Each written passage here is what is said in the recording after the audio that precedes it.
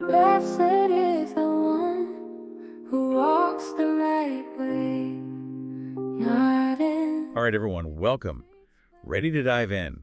Today we're tackling something pretty profound, even for us, Psalm 1. Definitely a classic. Yeah, and I think sometimes people hear Psalm and think Sunday school, but honestly, this one, it's worth a read no matter what your beliefs are. It's like poetry about how to live a good life. It really is, and it doesn't beat around the bush either. Jumps right in with this idea of two paths, two very different ways of being in the world. Totally. From the very beginning, you've got this sharp contrast, right? Righteous versus wicked. But it's the images that always gets me. It's not just like, be good, be bad. It's be like a tree planted by the water, thriving, fruitful. And then the wicked, they're like chaff in the wind. So evocative, you know? Absolutely. There's a reason those images have stuck with people for, well, thousands of years, right? It's like, on some level, we all crave that stability the tree represents, that sense of being grounded, nourished, able to grow. Right. It's like that deep down desire to flourish, to not just survive, but really thrive. Exactly. And then on the flip side, you have the chaff, totally at the mercy of the wind, scattered and unstable.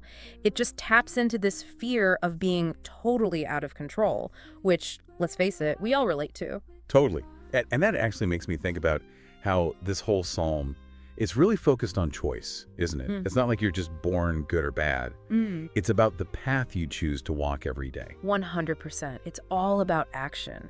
You see that in the words they use too? Walking, standing, sitting, active verbs, like you're actively creating your own righteousness. It's a process, not just a label. I like that. Right. Which brings us to, I think, one of the lines people really get hung up on sometimes. They delight in the law of the Lord, and on his law they meditate day and night.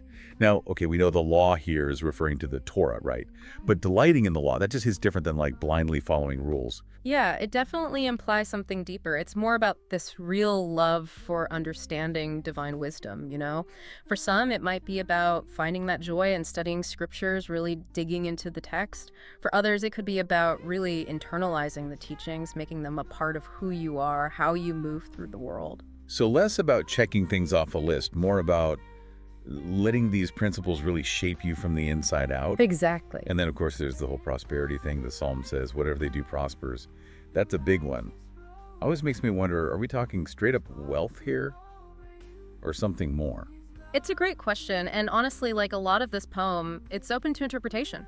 I mean, sure, some people might see it as material success, but I think on a deeper level, it's talking about this more holistic sense of well-being, right? That feeling of peace, purpose that comes from aligning your life with what's good, what's true. Okay, that makes sense. It's like it all connects, right? Back to that tree imagery, being rooted, fruitful, thriving. Of course, we can't talk about Psalm 1 without addressing the, let's say, the other side of the coin here. The fate of the wicked. And it's pretty blunt. The wicked will not stand in the judgment. Right, right.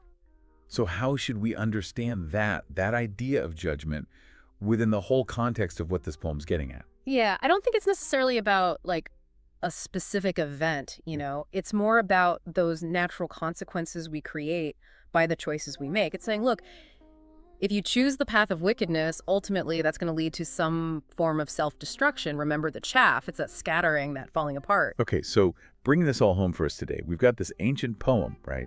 Talking about two paths, the power of our choices, finding joy in wisdom, this idea of prosperity being about way more than just money. What's the takeaway? What do we do with all this? I think it circles right back to that image of the tree by the water. It's like a challenge. What are the things that nourish you, that help you grow, that ground you, especially when life gets tough? What are the roots that are really going to hold you steady through the storms? What a great question. Yeah. So listeners, as you go about your week, think about that. What are those waters for you? And until next time, keep diving deeper. Don't